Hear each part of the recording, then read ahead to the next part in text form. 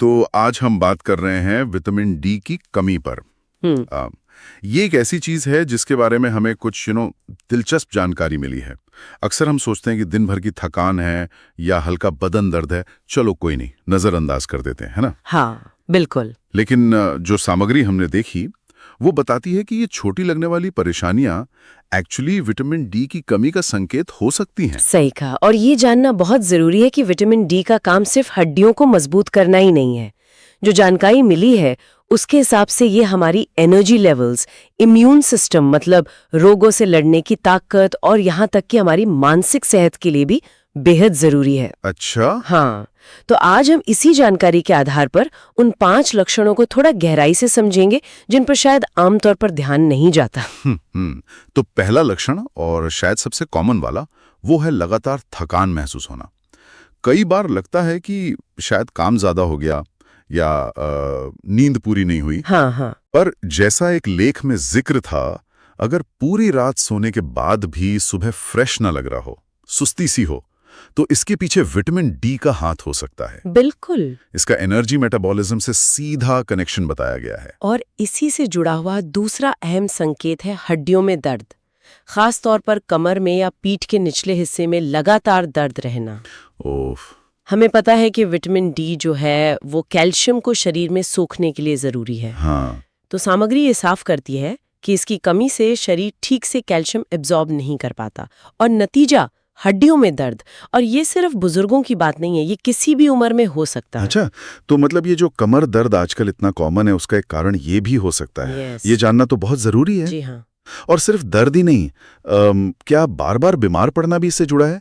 जैसे किसी को हर मौसम बदलते ही जुकाम खांसी पकड़ लेती हो। हाँ बिल्कुल, ये तीसरा संकेत है, बार बार इन्फेक्शन होना। जैसे आपने कहा सर्दी जुकाम, ये इशारा करता है कि शायद इम्यून सिस्टम थोड़ा कमजोर पड़ रहा है।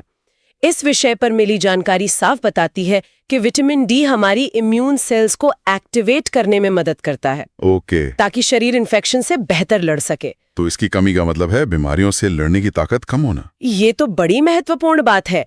और चौथा लक्षण वो तो मुझे और भी चौंकाने वाला लगा, मूड में बदलाव और बाल झड़ना। हाँ।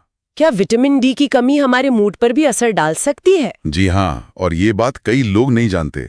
जानकारी के अनुसार विटामिन डी दिमाग में सेरोटोनिन और डोपामाइन जैसे न्यूरोट्रांसमीटर्स के लेवल को प्रभावित कर सकता है। और ये हार्मोन्स हमारे मूड को रेगुलेट करते हैं। अच्छा। इसलिए इसकी कमी से चिड़चिड़ापन या उदासी बढ़ सकती है। और हाँ, कुछ स्टडीज में बालों के झड़ने को भी इससे जोड़ा गया है। बाल झड़ना भी कमाल है।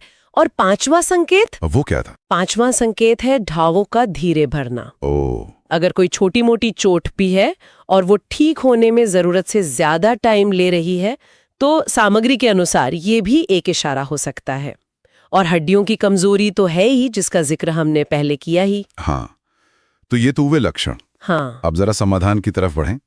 सबसे पहला और नेचुरल तरीका क्या बताया गया है? धूप। हाँ बिल्कुल, सबसे पहला प्राकृतिक और असरदार तरीका है धूप लेना। जैसा कि बताया गया है, रोज सुबह की हल्की धूप में शायद 15-20 मिनट बिताना शरीर को खुद विटामिन डी बनाने में मदद करता है। ठीक है। और खान पान का क्या?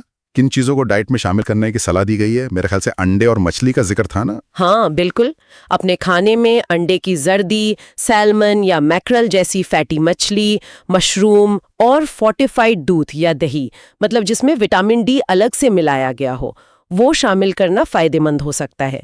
ये कुछ अच्छे फूड सोर्सेज हैं। और अगर ये सब काफी ना हो तो क्या सप्लीमेंट्स की भी बात है? हाँ, विटामिन D3 सप्लीमेंट्स एक ऑप्शन है। लेकिन यहाँ एक बहुत जरूरी बात है जिस पर सामग्री में भी जोर दिया गया है। क्या? कोई भी सप्लीमेंट डॉक्टर की सलाह के बिना बिल्कुल नहीं लेना चाहिए। अच्छा, ये जरूरी है। हाँ, कितनी डोज चाहिए, वाकई में जरूरत है भी या नहीं, ये ब्लड टेस्ट के बाद डॉक्टर ही सही बता सकते हैं।